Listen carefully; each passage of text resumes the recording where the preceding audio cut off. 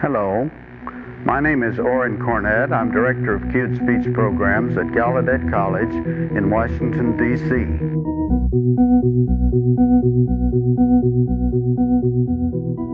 Literacy was one of the things that was very important to Dr. Cornett, the inventor of cued speech.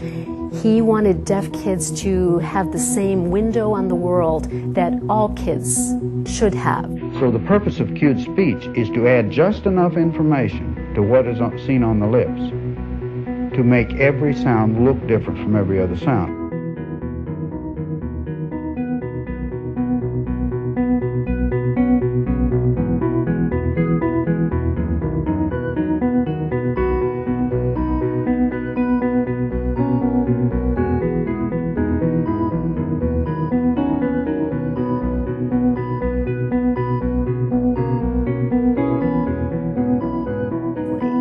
It's a code that kids like to play around with. Cueing is the form of language we use to communicate with our deaf classmate Paul. It is fun and easy to learn. Next year, some of you will learn to cue. My son was diagnosed at age 8 months. He had all the advantages of good early intervention, aided at 9 months, so he should not have been so language delayed. And I heard Dr. Cornett talk. At the time, Simon had a vocabulary of only 150 words. And he said to me, if you go home and you learn to cue, in 6 months he will probably have 500 new words. In a year, he was talking in sentences. And within 22 months, he made a 5-year leap in language.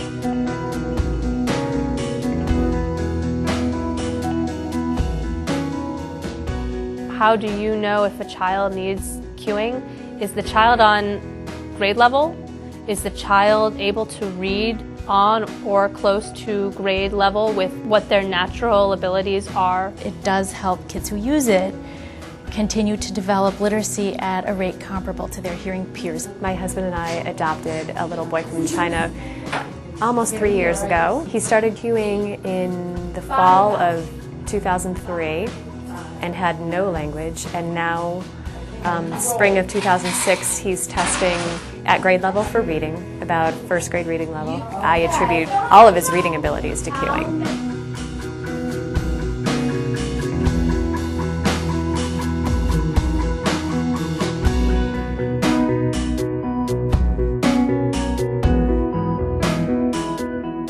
Kids with Down syndrome is a new application for cued speech. He loves reading, he loves books, and we want to really do a lot more with phonics, and I think that cued speech will really help with that.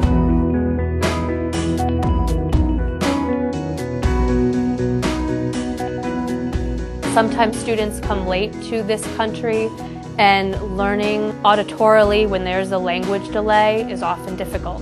And providing a multi-sensory approach often benefits late language users.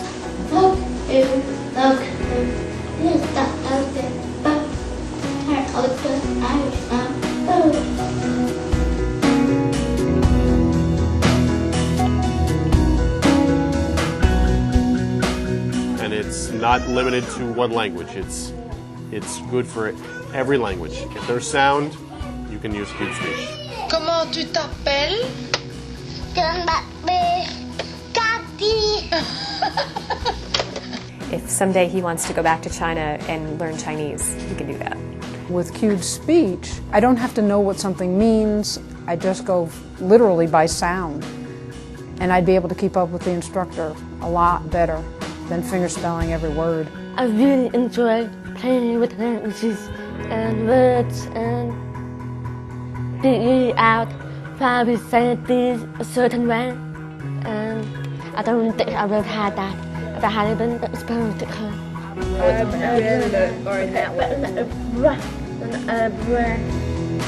I see cueing being the perfect complement to the input provided by implants. Because we were cueing before with her, Once she was implanted and had to relearn how to hear, it was perfect because she already knew the phonemes and what it sounded like. It wasn't long before she was actually speaking better than she had before. And I really think that had a lot to do with the cute speech. When my implant is off at home, they cue for me and I can lip read them. If we're in a large group or it's noisy with a lot of background noise, I would always cue for her.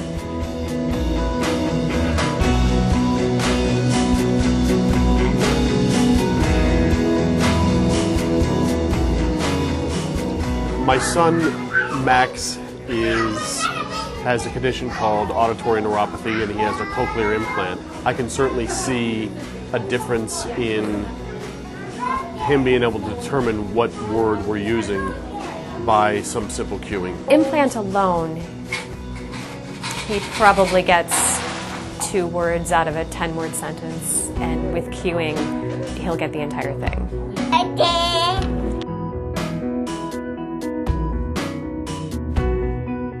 Cute speech is becoming more popular. People are becoming more aware of it in academic settings. There still are too few people who know how to do it.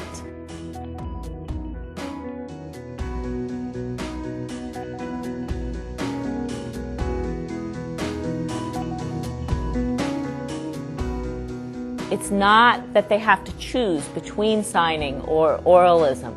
They can go in either direction and still achieve. It's just that cueing gives them access to language, to English language in a way that they had not seen it before.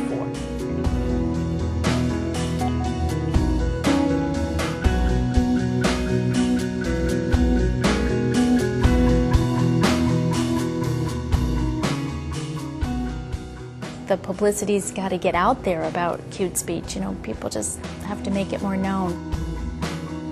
We now have deaf cue adults to go out there and advocate for cueing. And that's something we didn't have 20 years ago. I see them being the ambassadors for cueing. They are the examples of what cueing can do. Honestly, I don't know if they see this video, but I'd really like to thank my parents for going down the road they did. No, the road less traveled and the cliches that can take her back. I thought I would be where I am today if it weren't for the choices that I made for me when I was a kid.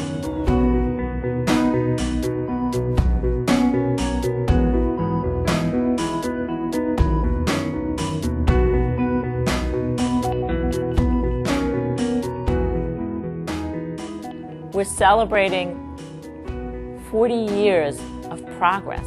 Look where we've come from and look where we are today. I just think it's amazing.